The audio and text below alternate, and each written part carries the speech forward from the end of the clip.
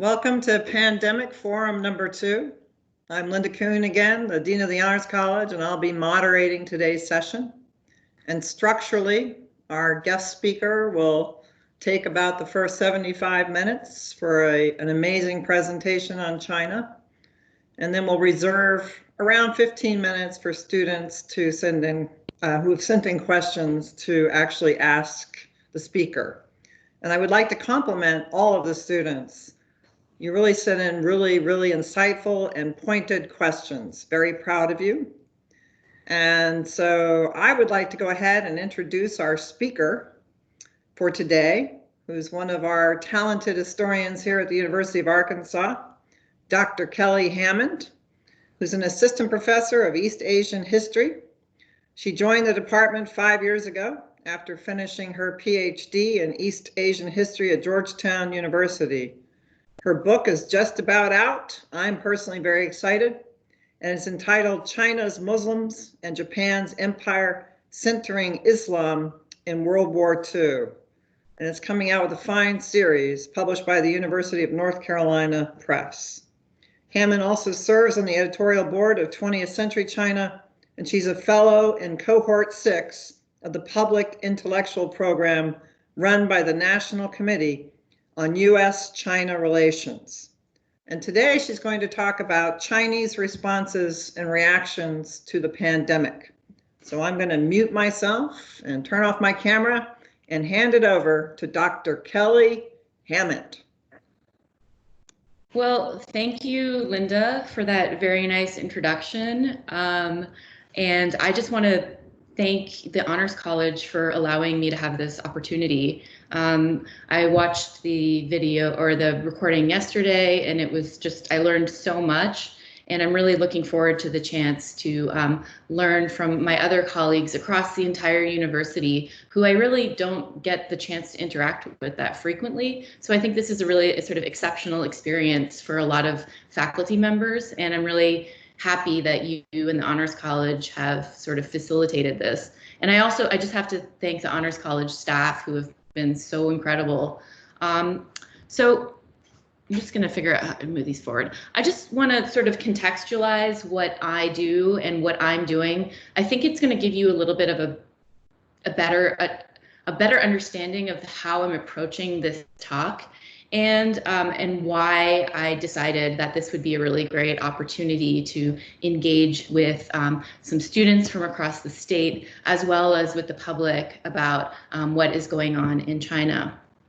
I was actually living in China in 2002, 2003 during the SARS outbreak.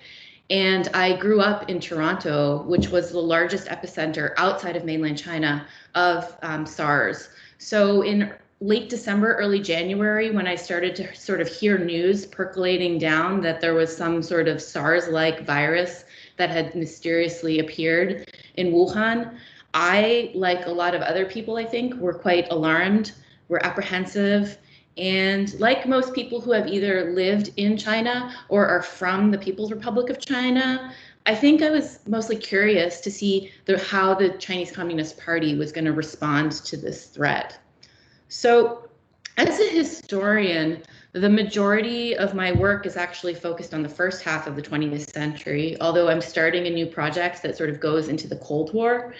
And my interests are really not related to the history of medicine in China, although I am really interested in the ways that state and nation building projects that are implemented by the state at the state level sort of interact with the citizens and the people that these programs are geared towards. So broadly, my interests sort of lie in this way that minority actors either participated in, rejected, or engaged with state building efforts in China in the 20th century. So I think that sort of allows me to have a certain positionality that I'm going to bring to this talk that hopefully will give you a different perspective from what you've simply been seeing in the news over the past number of months. So like Dean Kuhn said, this is my 5th year at the University of Arkansas. My book is coming out in the fall with the University of North Carolina. And at the University of Arkansas, I teach a sort of wide variety of classes about East Asia, from the history of modern Japan to the history of modern China. I teach courses on gender history in Asia, as well as last semester, I got the privilege to teach a course simply about fascism.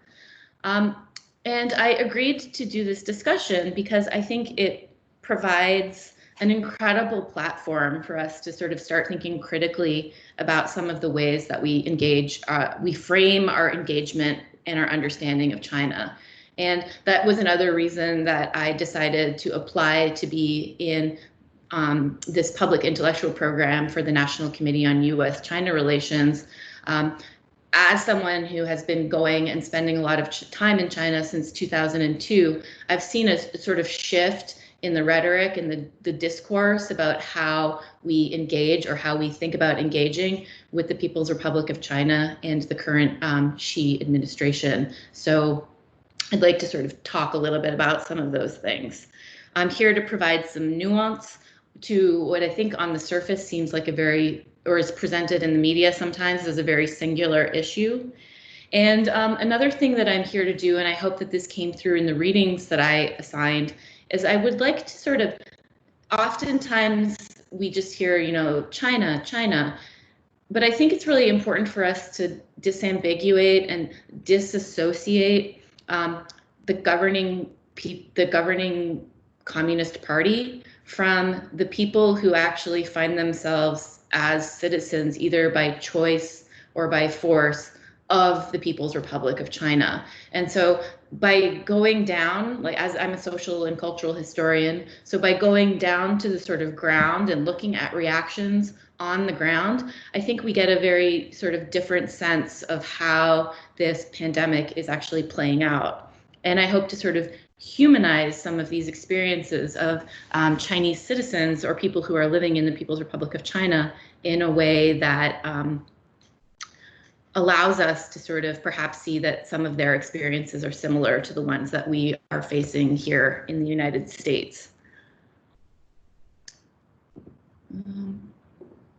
Okay, so I think it's also important for me to explain what I'm not doing.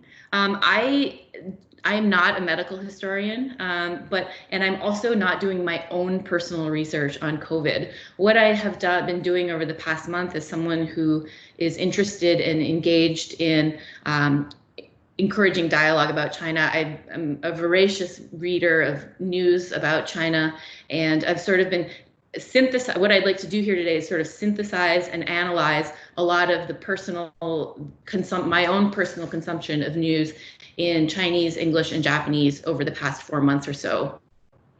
I've drawn on a wide variety of sources, and I provided that source list to Dean Kuhn. So if anyone is curious to see sort of the bibliography that I'm using, I'm more than happy to share it with you. And a number of my colleagues and friends across the country have also been doing similar conversations and discussions, and I had the opportunities to talk to them about how they were framing their talks, which were very helpful. And also, I'm not a political analyst. I'm not really comfortable making assumptions or decisions or speculating about what will happen in the future.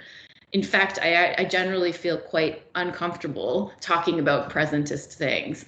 I'm much more comfortable talking about the past and things that have already happened, where I've had sort of time to analyze and process and think about them.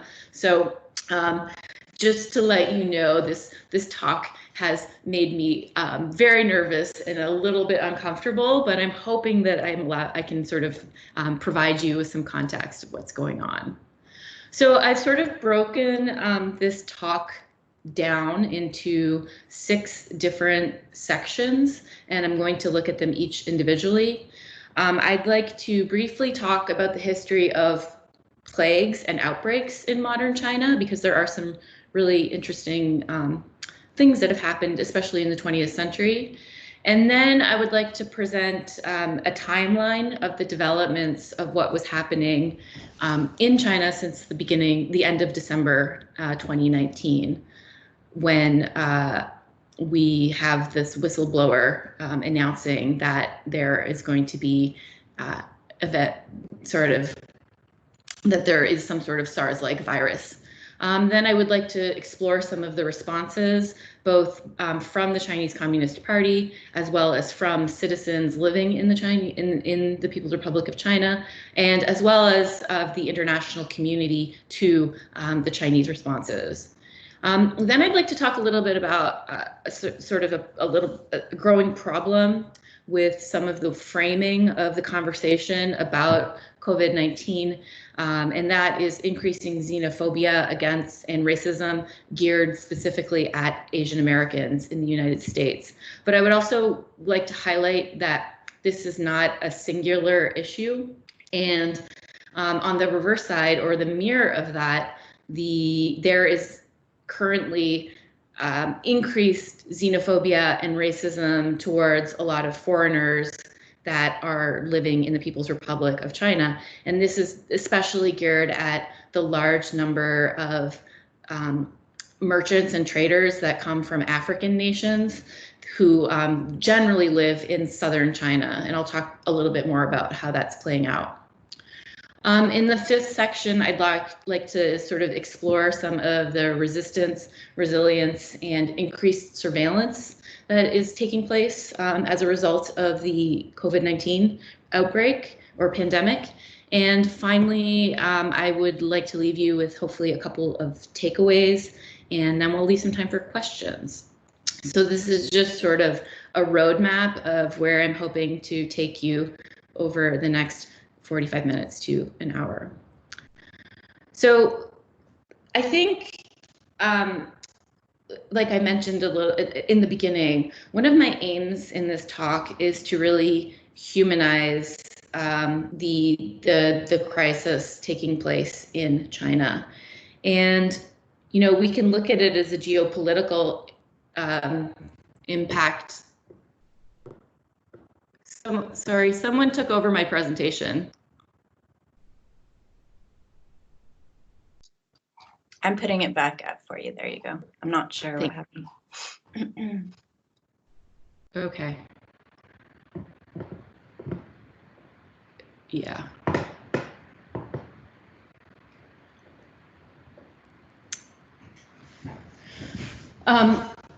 So one of the you'll have to take it back. Do you want me to?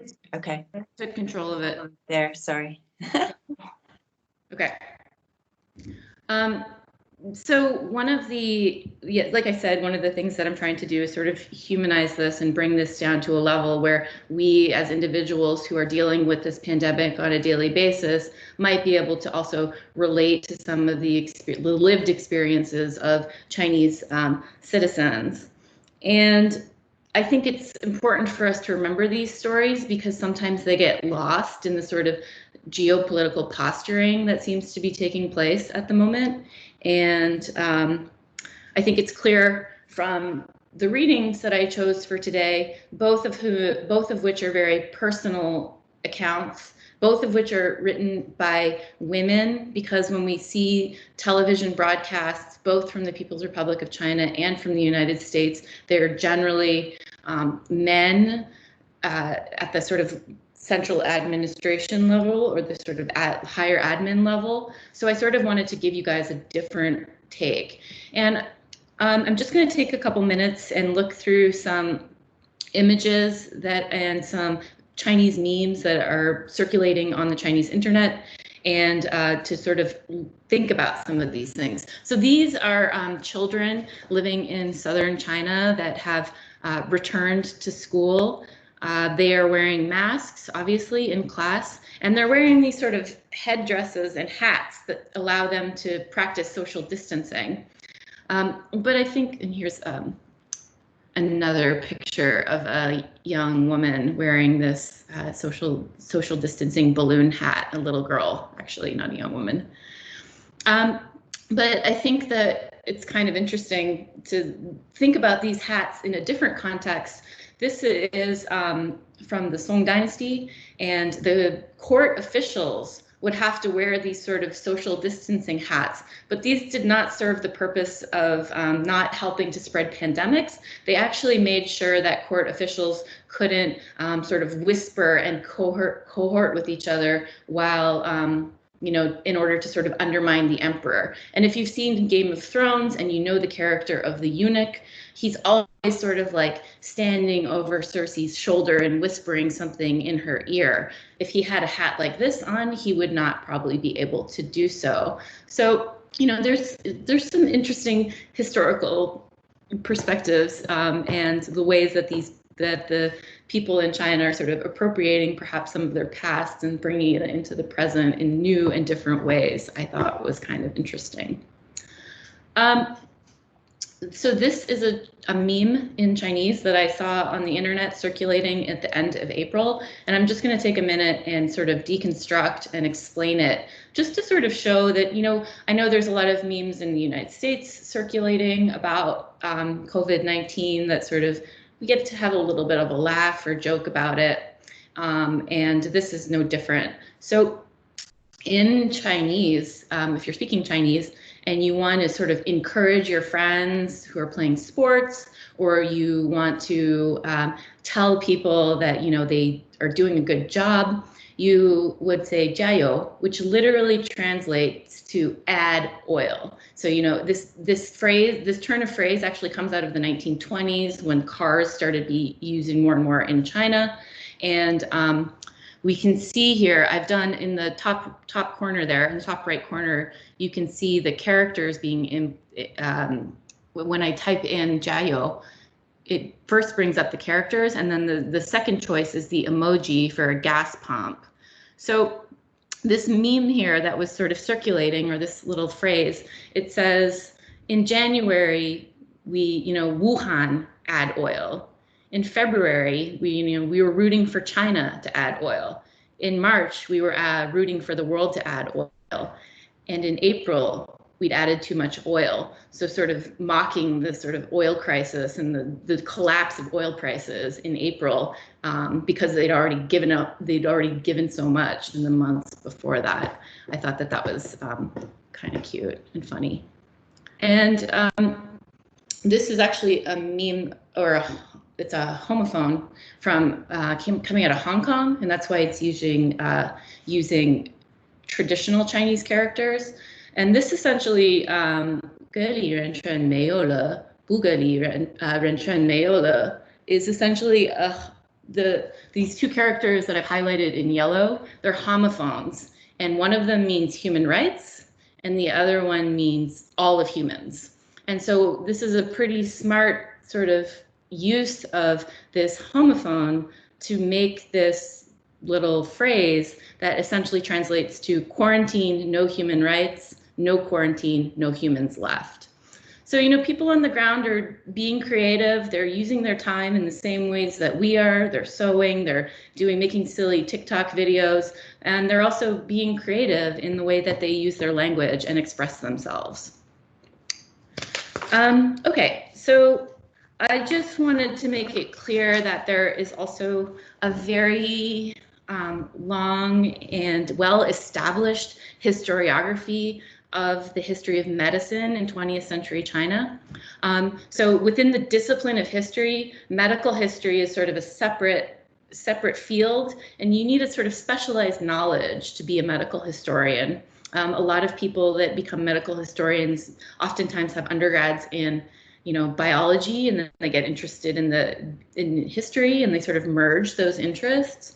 And so there is, in the field of Chinese history and China studies, there is also specifically a thread of books and work in English and Chinese, also in Japanese, that deals specifically with the history of plagues, the history of medicine, the history of Chinese medicine, the history of Chinese medicine's interaction with Western medicine.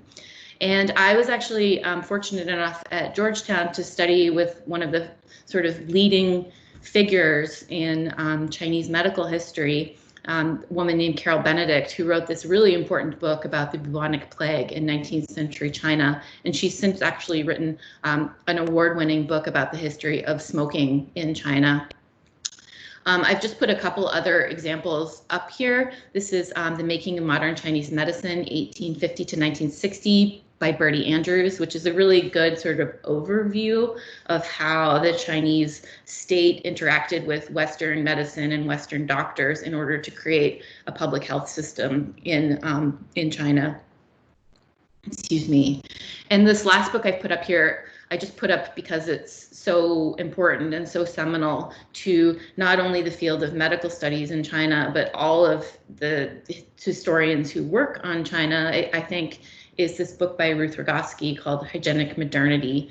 And she, in this book, she explores how the idea of hygiene and being hygienic and being clean were really tied to the way that the Chinese state in the early 20th century presented itself as being modern.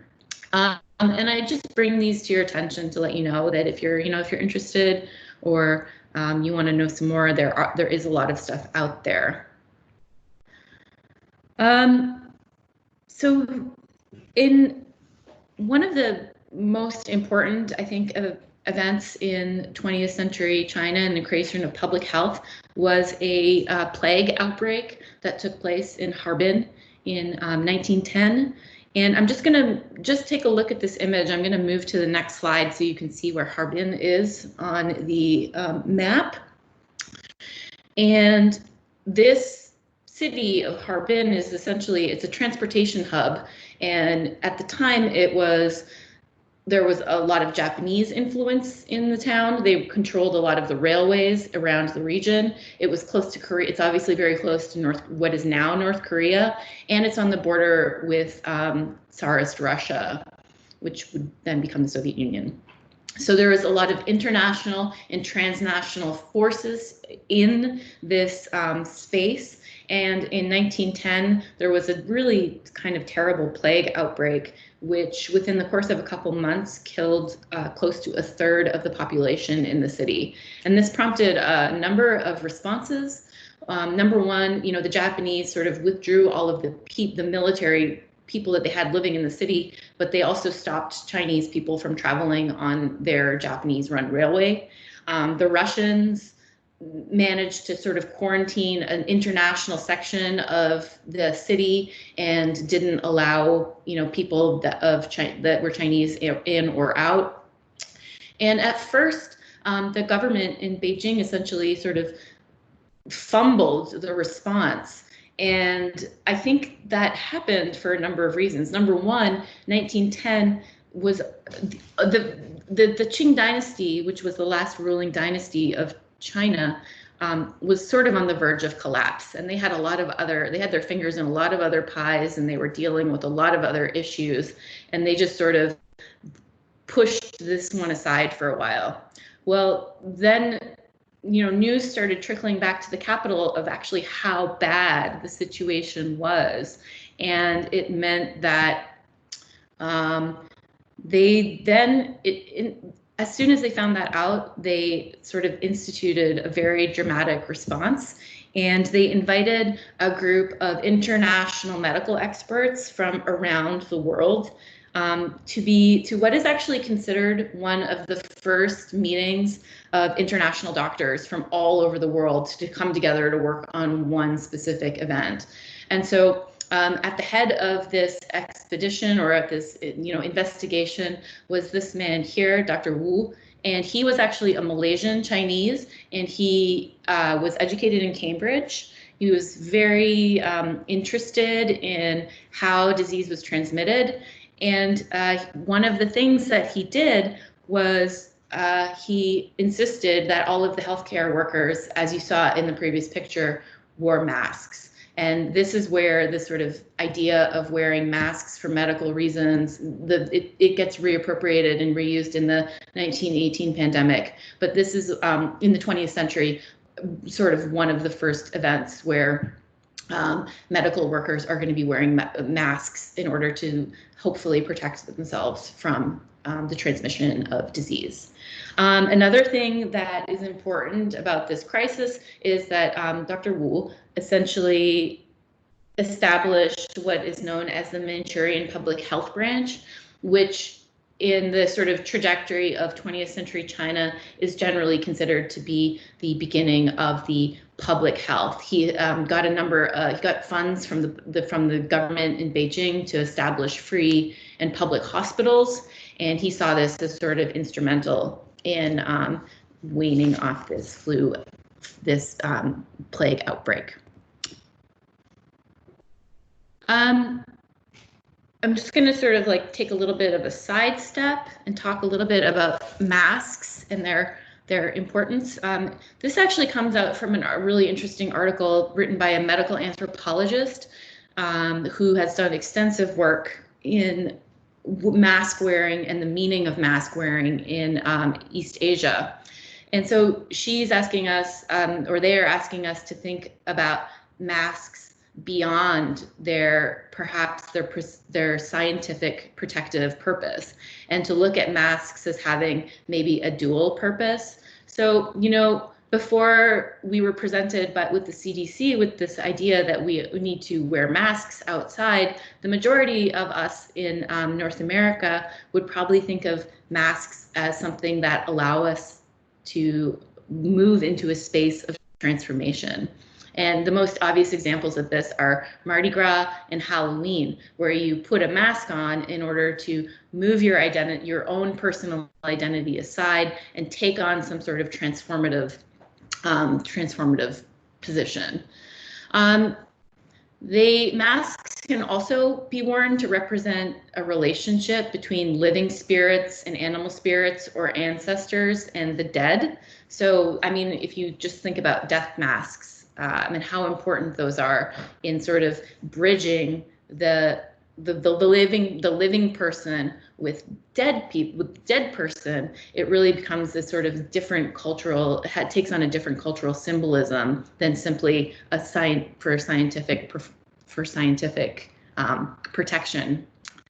And so when we think of this, what this author of this article calls the transformative potential of masks, they can vary depending on cultural context.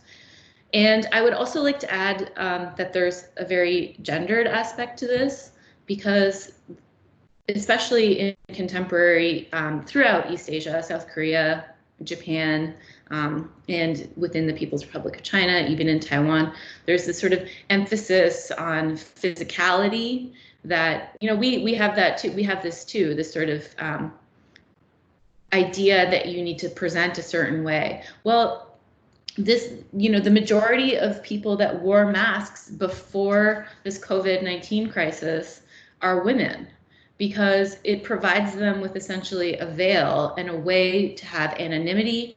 It prevents them from being harassed when they're walking down the street. It allows them to go out without wearing makeup, and it allows them to go about their daily lives in the public sphere without sort of scrutiny of their looks in ways that might not otherwise have. So, just sort of like remembering or keeping in mind that the mask means more than the protection, your protection from a virus, and how it functions in your daily life can vary depending from place to place and space to space. Okay. So these are just a couple of public health campaigns that were run in the early 80s in China. I think from the time of the 1910 outbreak in Manchuria, from then on, public health became a sort of central issue to both the Chinese Nationalist Party and later on the Chinese Communist Party, and both very successfully sort of integrated health propaganda into their platforms in how they were going to be successful. I think historians generally would agree that many of the public health campaigns run by the communists in the 1950s and 60s after they took power were generally quite successful. There were a number of barefoot doctor campaigns that would go out into the countryside, mass inoculations, definitely the lowering of birth rates.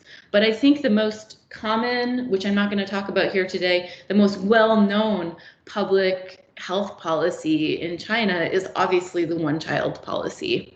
However, there were other campaigns being run throughout the 80s. This one here with this woman with this handkerchief, essentially it is a poster that advocates not spitting on the street. So it says, like, where do you spit your phlegm? In a handkerchief, in a waste bin, or in a spittoon. So it's saying that, like, spitting on the street is unhygienic, which we all take for granted now, but people, might not have done so in the past. And this other one here with these young children washing their hands, essentially it translates to pay attention to hygiene, take precautions against disease. And then I'm just showing these. One sec. So these are public health campaigns during the SARS crisis, which essentially the first one with the X through it says something to the effect of 1 million people all in the same mind fight SARS. And the other one says protect yourself and stay away against SARS. So it's showing people how to avoid SARS, which includes washing your hands, not touching people, wearing masks, getting fresh air. And I'm just sort of showing this because I think that there is some notion, perhaps misguided, that China's sort of like fumbling in the dark with their response to the COVID-19 crisis, but they have a very well-established public history of public health campaigns that have definitely had an impact on how they manage and mitigate crisis in the past, or how they simply deal with sort of day-to-day things like remembering to wash your hands. Okay, so now I'd like to sort of run through a timeline of the events in China, sort of take us from this moment when Dr. Li Wenliang was the whistleblower in late December to the moment in March when 760 million people were in lockdown in the People's Republic of China. And so in late December, Dr. Li, who was a doctor in Wuhan, starts noticing that there are people coming into the hospital with this respiratory disease that is kind of similar to SARS, but they're not really sure what it is. And he sends out, in late December, he sends out a text message to around 30 other doctors, asking them if they've seen anything similar, telling them to be careful, and warning them against, letting them know that this is potentially the case.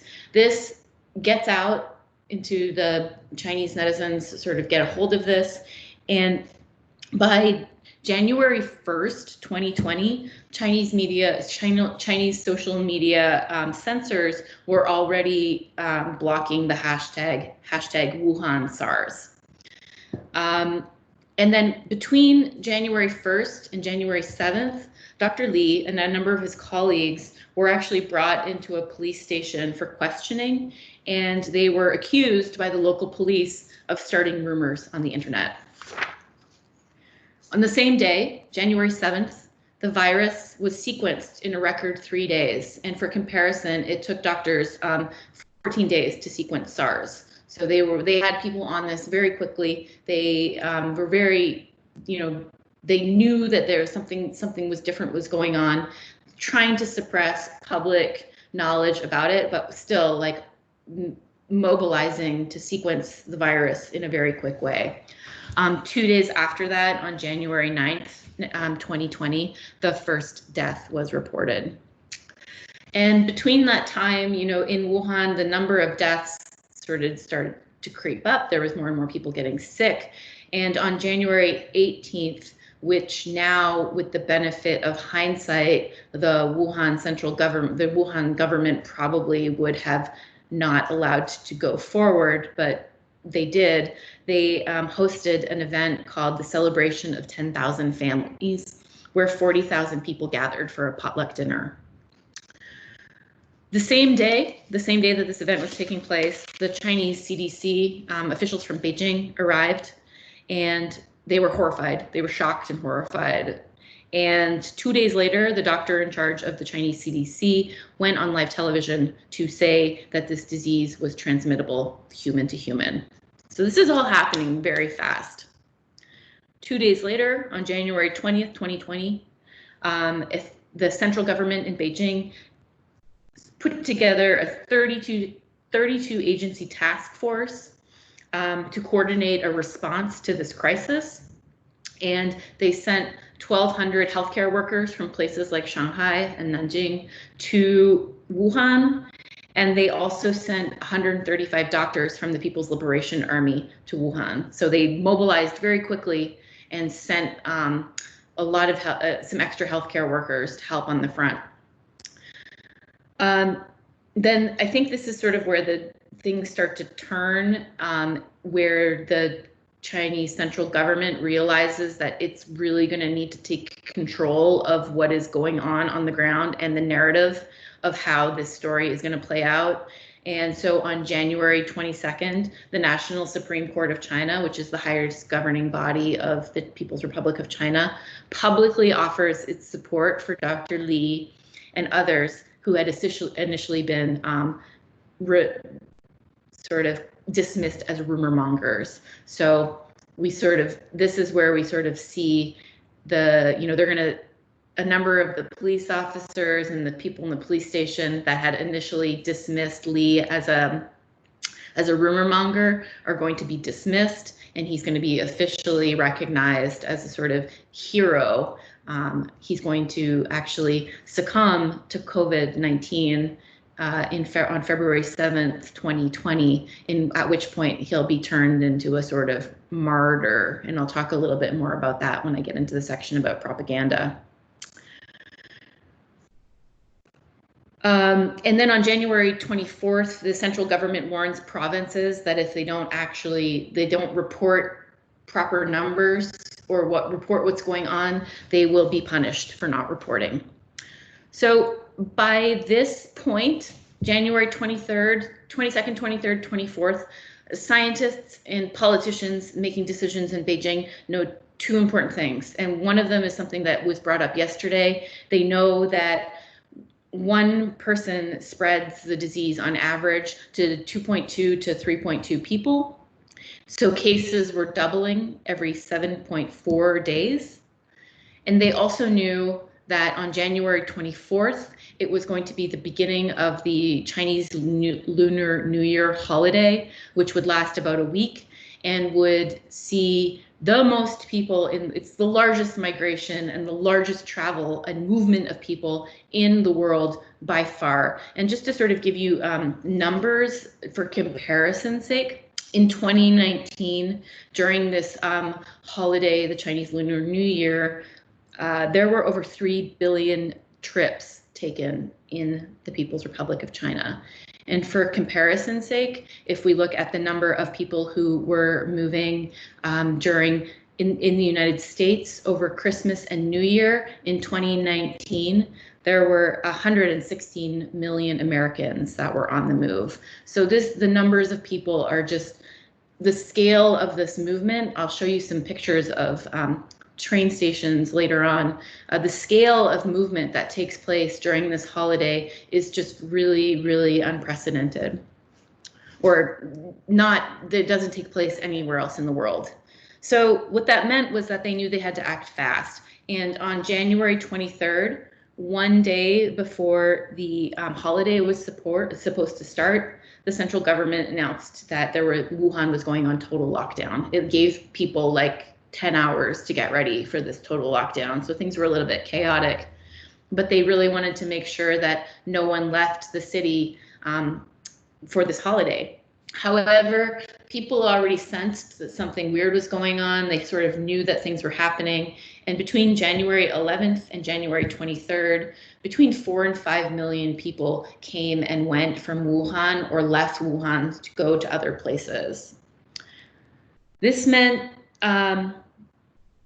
that by January 26th, 36 million people were ordered not to leave their homes unless it was an emergency. By January 31st, that number was up to 57 million. And in late January, cases started showing up in Beijing and Shanghai. By March, 760 million people were on lockdown in China. And by the end of Chinese New Year, or the Lunar New Year, essentially what had been a localized crisis was now a full-blown national crisis. And this is where we start to see the responses from the central government shift a little bit.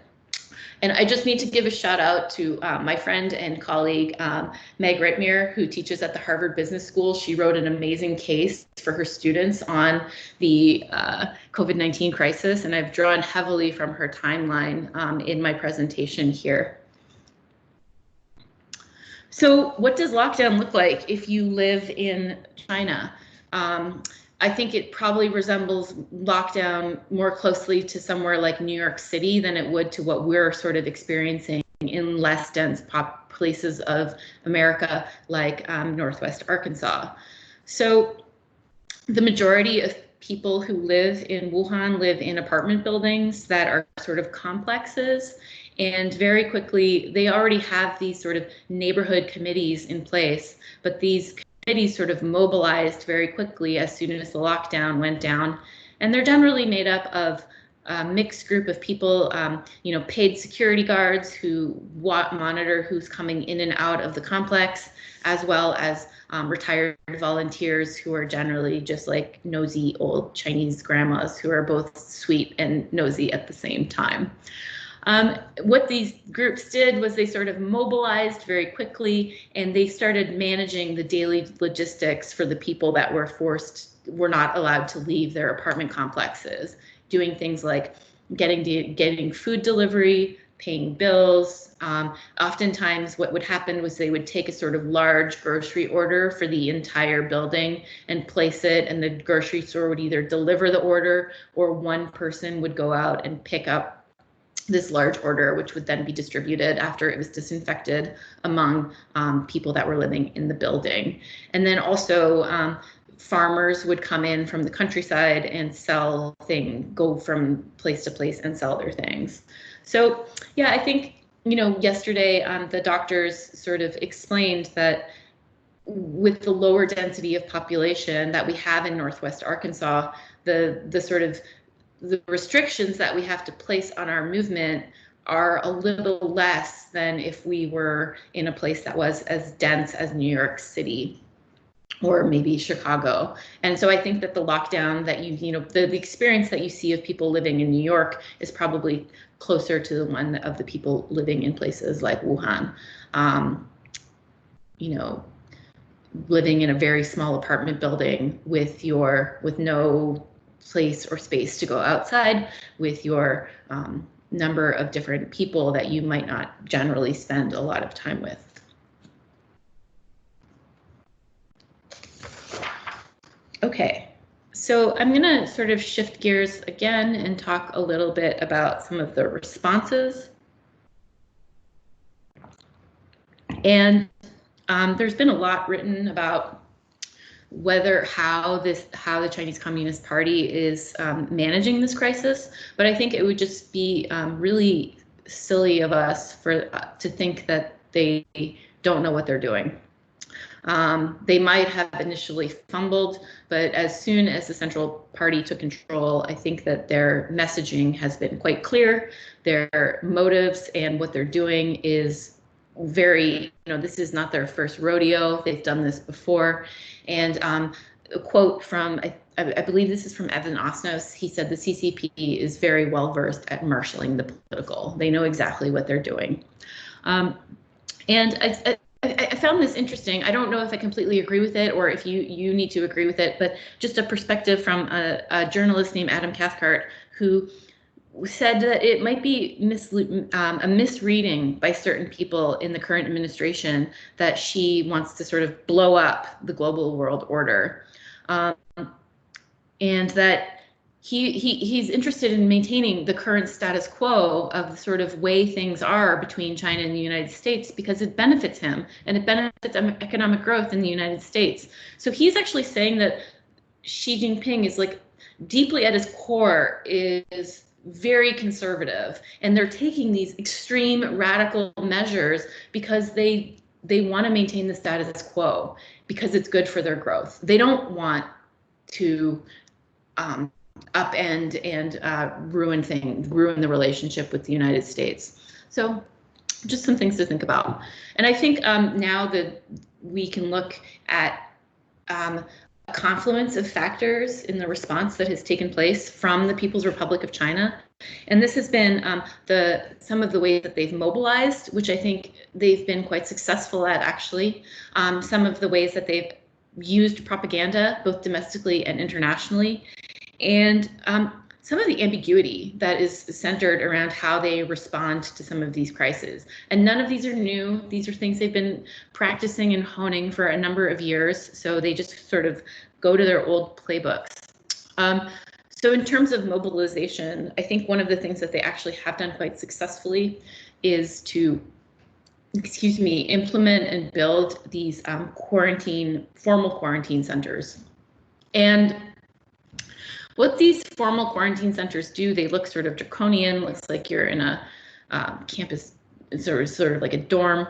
But what it does is it allows someone who is infected with COVID-19 to be removed from their home, so ensure that they do not infect anyone else in their family and spread the disease further. So you would, if you tested positive, and you lived with other people, you would go and stay in one of these facilities for 10 to 12 days until you had no symptoms and you did not test positive any longer, and then you would be allowed to return to your home.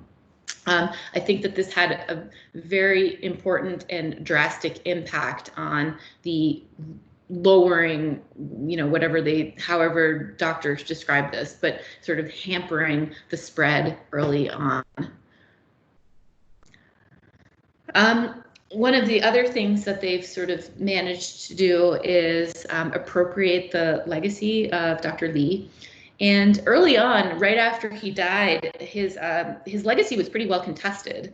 There was sort of different sides of people who were trying to latch on to his memory in order to make it theirs and to make him a martyr for their own cause.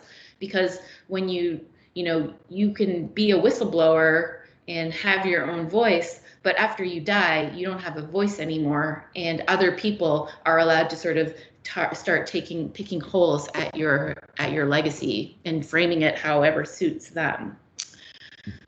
So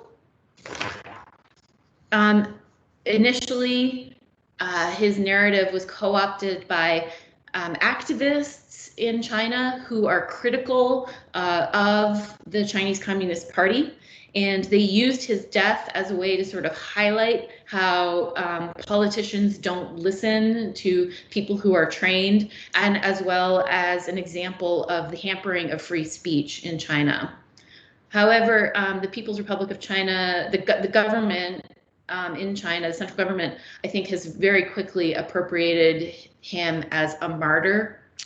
And, he's been sort of lionized for his bravery. And many of the police, they've said that the police officers mistreated him, that he did the exact right thing that he should have done. And he was also a member of the Chinese Communist Party, along with 90 other million Chinese people.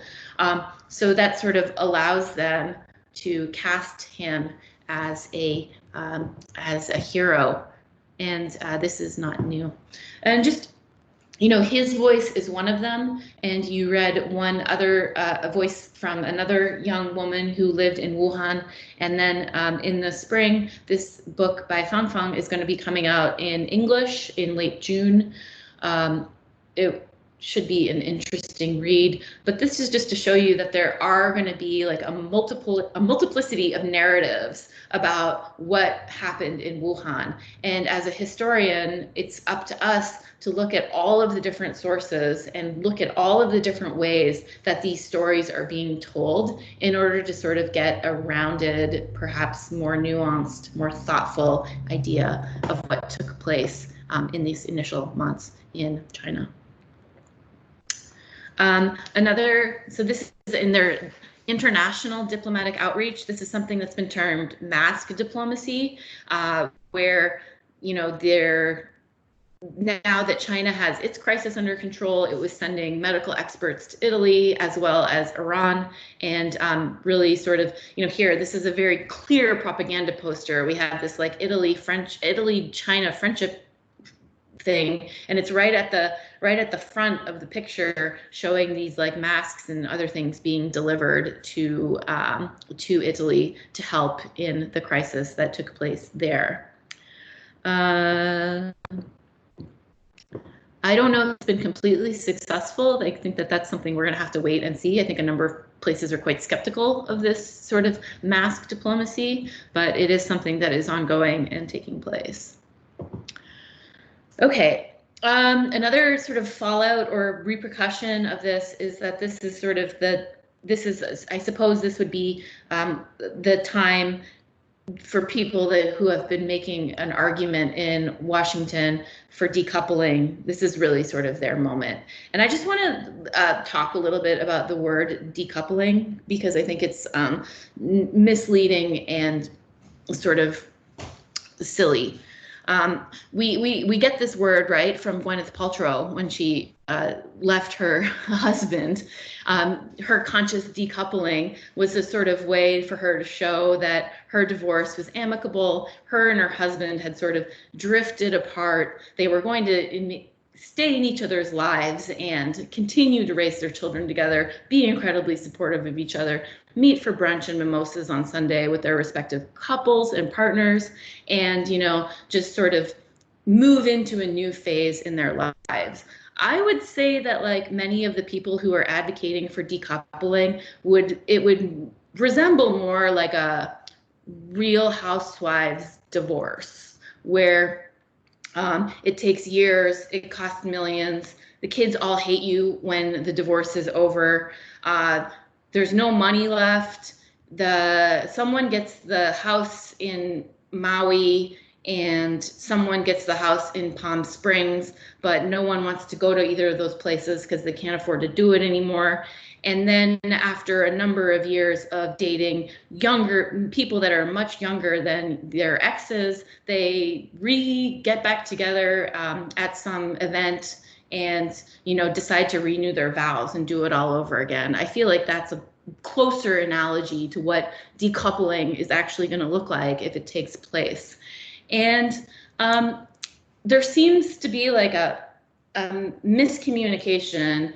And, you know, as someone who's a part of the National Committee on U.S.-China Relations, which was started a long time ago to promote engagement, and as someone who's been going to China since 2002 and spends quite a bit of time in China and Taiwan and in Japan, it's kind of troubling to see. And this sort of tit for tat retribution that we're seeing increasingly, like on the weekend with the Chinese government increased restrictions on foreign journalists operating in China, and essentially the U.S. government just sort of did the same thing. This type of retribution and sort of, I'll do this and then I'll do this back to you, I don't think is very successful. I don't think it's going to get very far.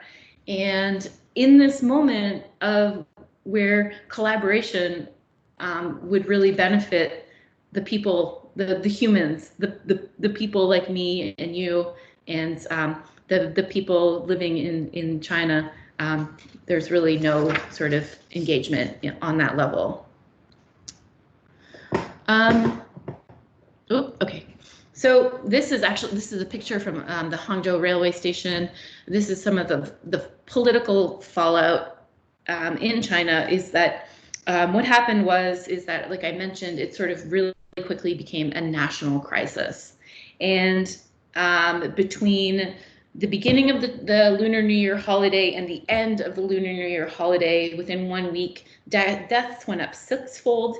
And by the end of the week, there were cases in every province.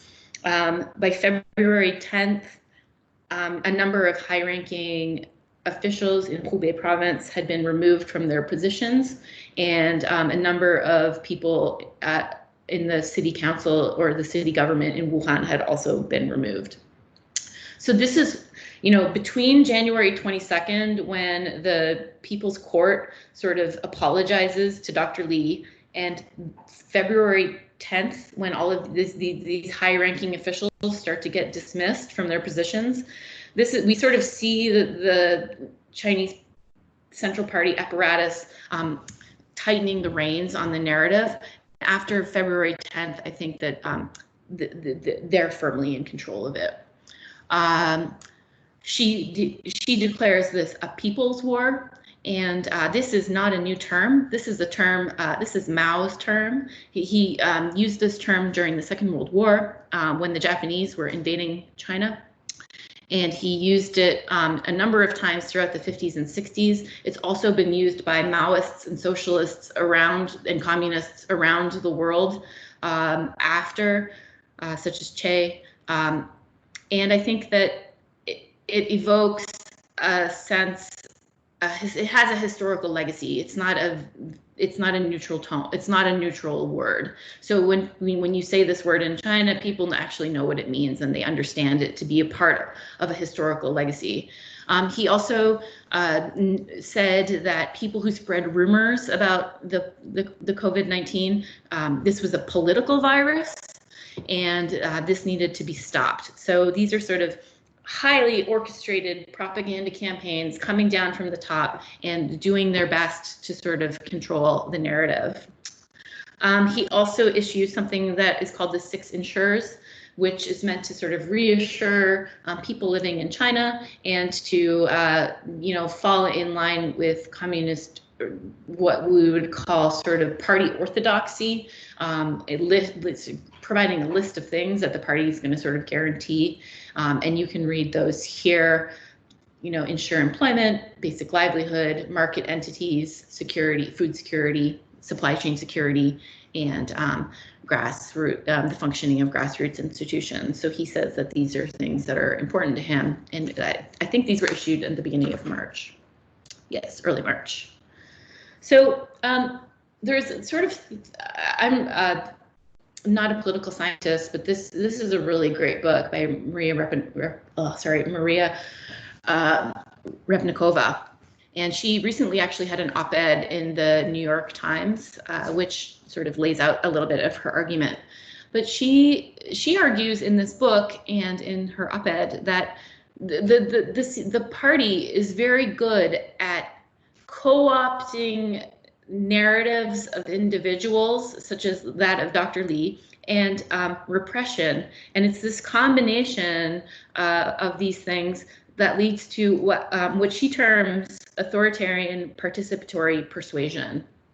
And what she means by that is that propagandists within the Central Party are very well able to skillfully incorporate positive stories of individuals and sort of spin them for their own use, that then translate into a sort of national, make these stories ones of national unity. So they appropriate one individual story, spin it, and then use that to sort of harness nationalism or patriotism. And so I think that that's a way of, an interesting way of sort of thinking about what has transpired in the past couple of months.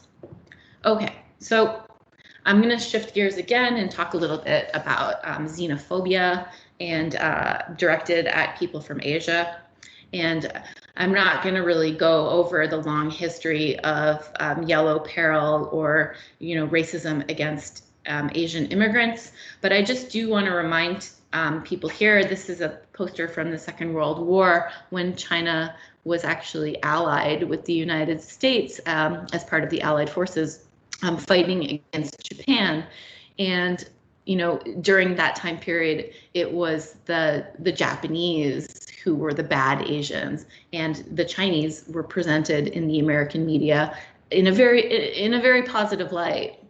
And then quite quickly that changed, obviously, in October 1949 with the establishment of the People's Republic of China in the area of McCarthyism. We sort of see a shift back. And this is just to sort of highlight that there's always sort of a pendulum of the way that Asian Americans are sort of presented in, or Asians are presented in the media.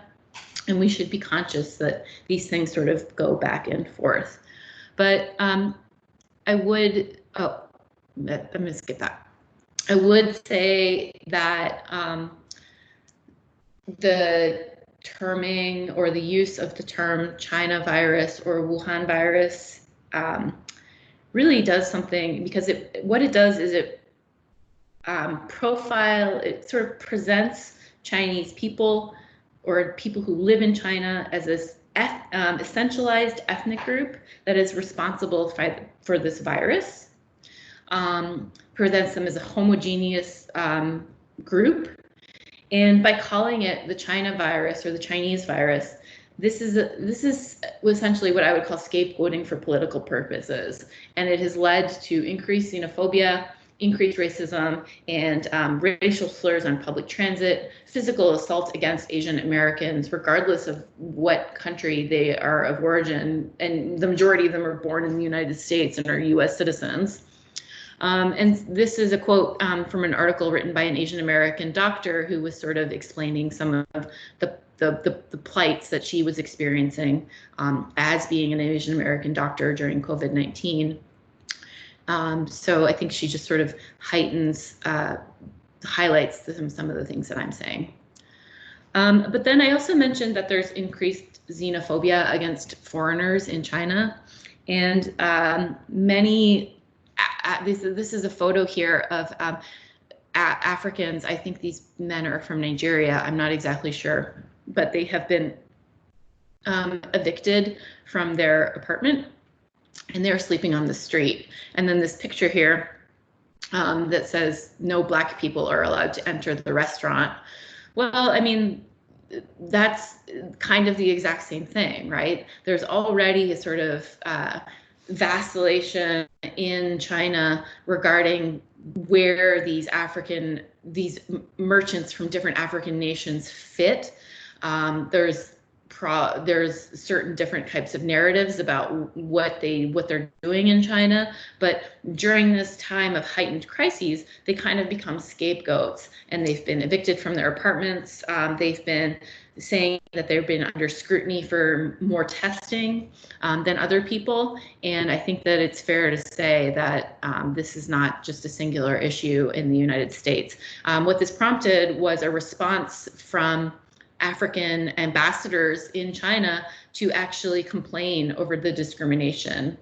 And China has a lot of, I think it's actually the largest foreign investor at the current time in Africa. So it's trying to mediate this relationship in a very cautious way.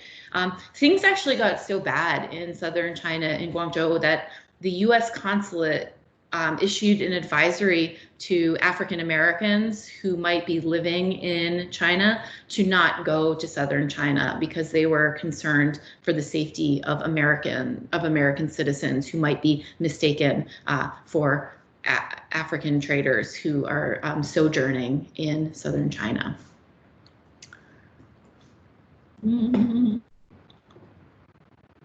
Okay, so this brings me sort of to the last part of my talk. I just want to talk a little bit about resistance, oppression, and increased surveillance.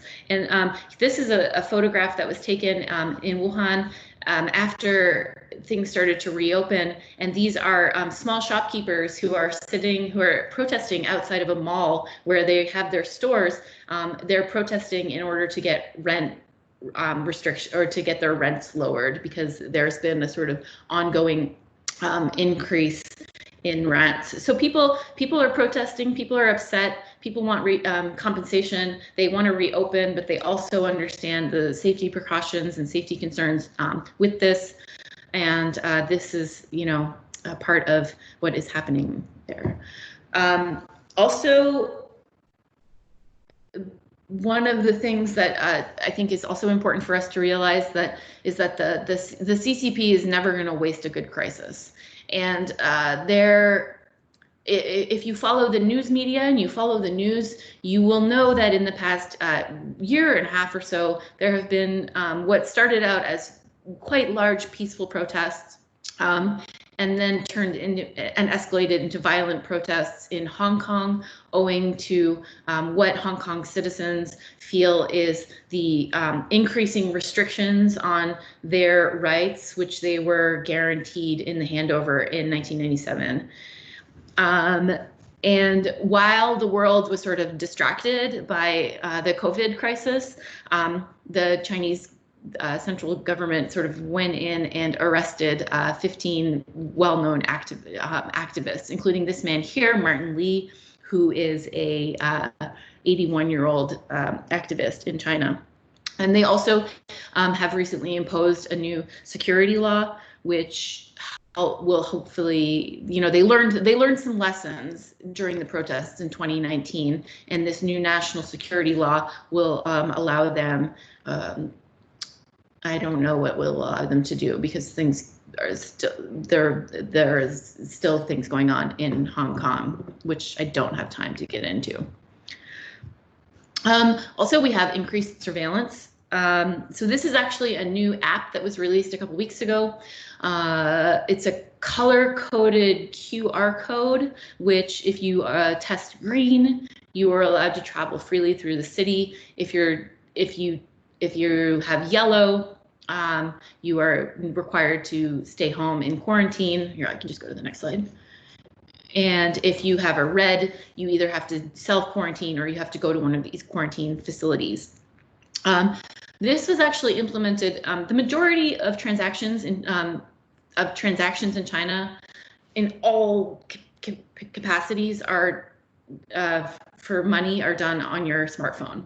It's almost a cashless society by this point, and one of the problems that they were facing was that with the increase of people wearing masks, the facial recognition technology of tracking people wasn't actually working as well as it had before. So this app, it comes from Alipay, which is part of Alibaba, which is one of these large internet companies in China.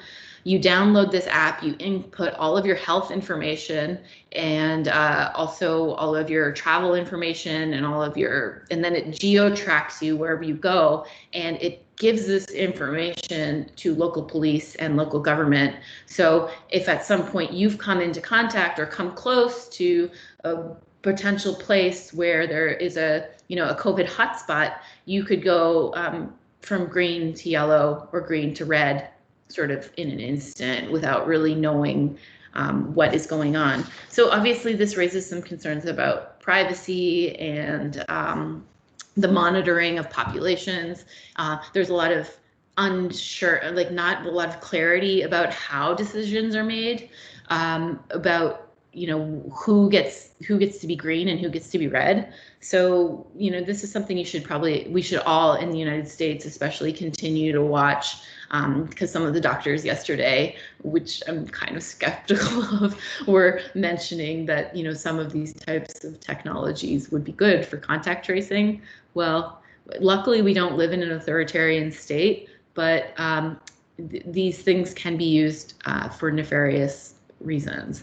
And I guess sort of the final thing is this surveillance and technology is now being bought by American companies and deployed and used in the United States. So this is very recent. This is about a week and a half ago. Amazon bought a number of thermal cameras to tell the temperature of people through thermal recognition.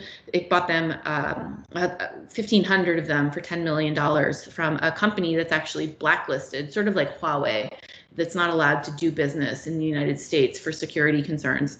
And they're allowed to sort of circumvent that because that blacklist is essentially only for government contracts. So private enterprises, whether or not they want to, are allowed to buy this type of technology. And the deal actually went through when the FDA realized that there wasn't enough of this kind of indigenous technology in the United States, and it sort of